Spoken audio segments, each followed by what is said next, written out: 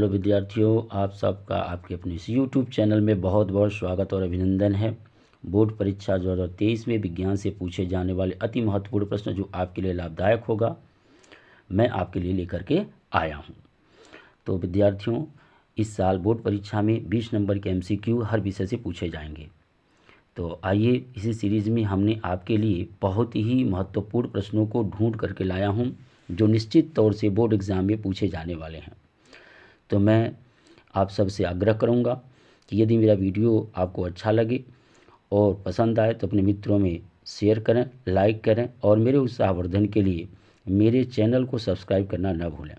इसी तरह से मैं आप लोगों के लिए जब तक बोर्ड एग्ज़ाम्स नहीं हो जाते हैं अच्छे और महत्वपूर्ण प्रश्न आपके पास लेकर आता रहूँगा।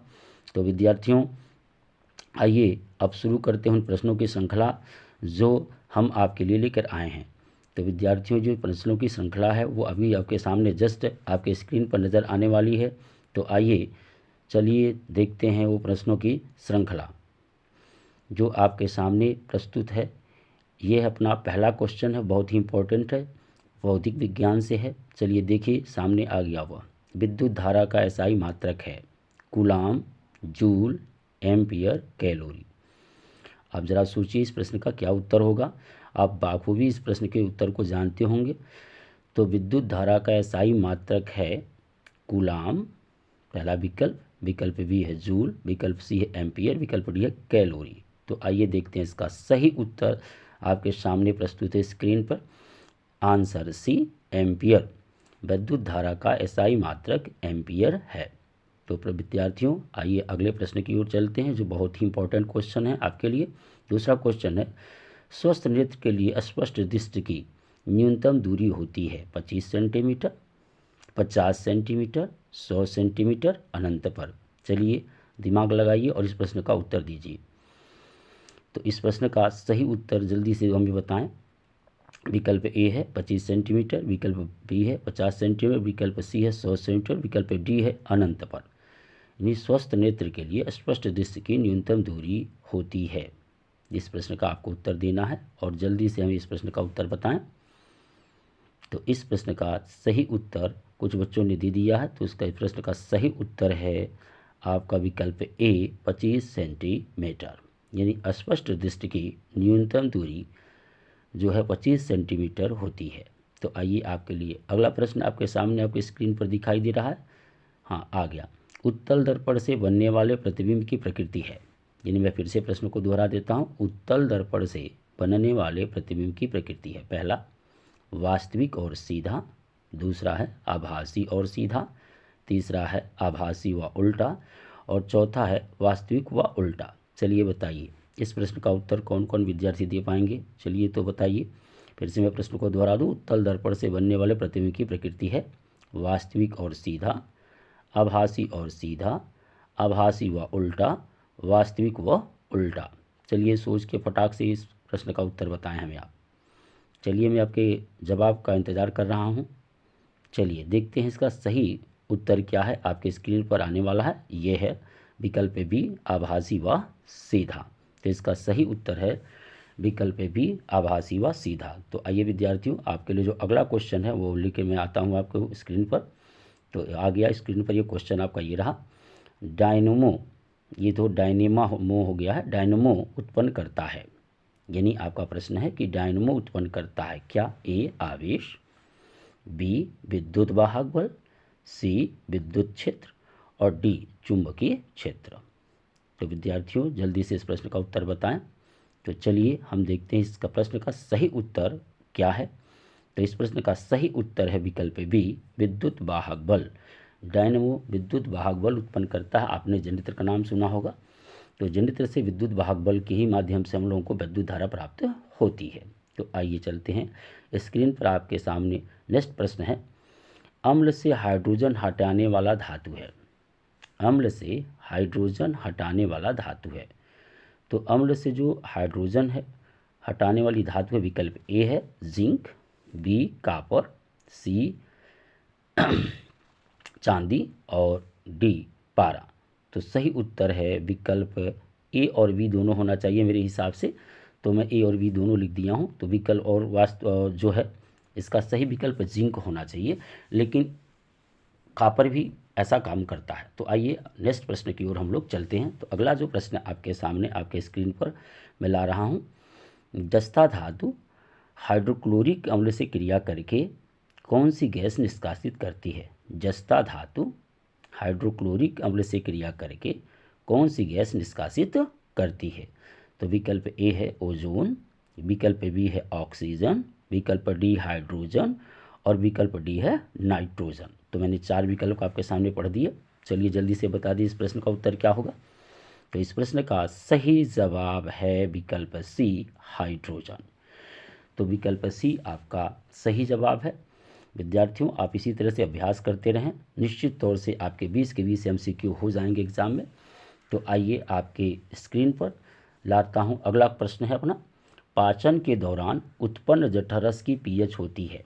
फिर से प्रश्न को दोहराता हूँ, पाचन के दौरान उत्पन्न जठररस की pH होती है। विकल्प ए 7 से कम, विकल्प बी 7 से अधिक, विकल्प सी 7 के बराबर और विकल्प डी 0 के बराबर। तो चलिए जल्दी से इस प्रश्न का उत्तर आप लोग दे दीजिए हमें। मैं आपके जवाब का इंतज़ार कर रहा हूँ। तो इसका सही उत्तर मैं दे देता हूँ। इसका सही उत्तर है विकल्प ए 7 से कम। तो विद्यार्थियों, आइए अगला प्रश्न जो है आपके लिए है, जो आपके स्क्रीन पर ये लीजिए आ गया। कौन सी धातु अम्ल से हाइड्रोजन स्थापित करती है? कौन सी धातु अम्ल से हाइड्रोजन स्थापित करती है? विस्थापित करती है। आप थोड़ा सा विस्फुट हो गया, स्थापित करना विस्थापित करती है। जिंक, फिर सल्फर, क्लोरीन। तो इनमें से बताइए, फ्लोरीन था वो, सल्फर और क्लोरीन।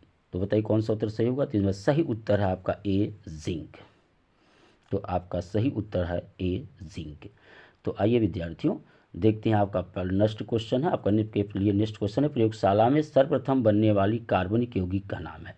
यानी प्रश्न है, प्रयोगशाला में सर्वप्रथम बनने वाले कार्बनिक यौगिक का नाम है। विकल्प ए यूरिया, विकल्प बी चीनी, विकल्प सी एसिटिलीन, विकल्प डी मेथेन। तो मैं आपके जवाब का इंतज़ार कर रहा हूँ, जल्दी से अपने जवाब प्रेषित करें। तो आपके जवाब क्या हैं, मैं उसका इंतज़ार कर रहा हूँ।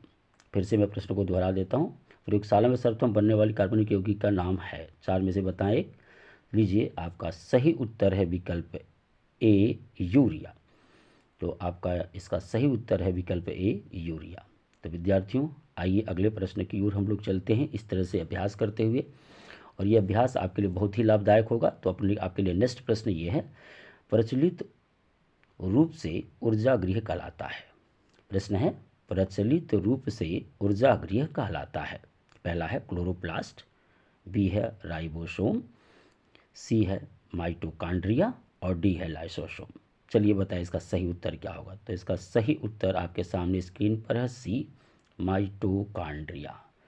माइटोकॉन्ड्रिया को ऊर्जा गृह कहा जाता है। तो आइए आपके लिए अगला प्रश्न है, और वो अगला प्रश्न ये है कि एक संकर क्रॉस का प्रारूप अनुपात होता है। एक संकर क्रॉस का प्रारूप अनुपात होता है 3:1, 1:2:1, 2:1:1:2, 9:3:1। तो इसका सही उत्तर जल्दी से हमें बताएं क्या होगा। तो इसका सही उत्तर आपके स्क्रीन पर है, वह है विकल्प बी 1:2:1। तो विद्यार्थियों इसी तरह से अभ्यास करते रहें, वीडियो पूरा देखें, निश्चित तौर से आपके प्रश्न होंगे बोर्ड एग्जाम में। तो अगला प्रश्न है, पराग कणों का परागकोश से वर्तिकाग्र तक स्थानांतरण कहलाता है। पराग कणों का परागकोश से वर्तिकाग्र तक स्थानांतरण कहलाता है। ए परागण, बी अंडोत्सर्ग, सी निषेचन, डी इनमें से कोई नहीं। पहला विकल्प है ए परागण, बी अंडोत्सर्ग, निषेचन, इनमें से कोई नहीं। तो चलिए बताइए इस प्रश्न का उत्तर क्या होगा। तो इस प्रश्न का सही जवाब है ए परागण। इस प्रश्न का सही जवाब क्या है, ए परागण। तो विद्यार्थियों आइए आपके लिए अगला प्रश्न है, यानी प्रश्न नंबर आपका 13।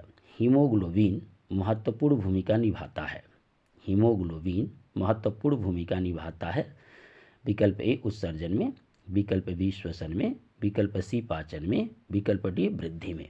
इन 4 विकल्पों में से कौन सा उत्तर सही होगा, मैं आपके प्रश्नों का इंतज़ार कर रहा हूँ, जल्दी से बताएं। तो आइए सही उत्तर आपके स्क्रीन पर है विकल्प बी, श्वसन में।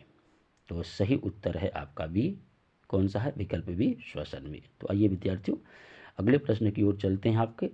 आपका अगला प्रश्न है 14 नंबर का। निषेचन के दौरान परागकण से निकलने वाली पराग नलिका सामान्यतः किसके द्वारा बीजांड में प्रवेश करती है?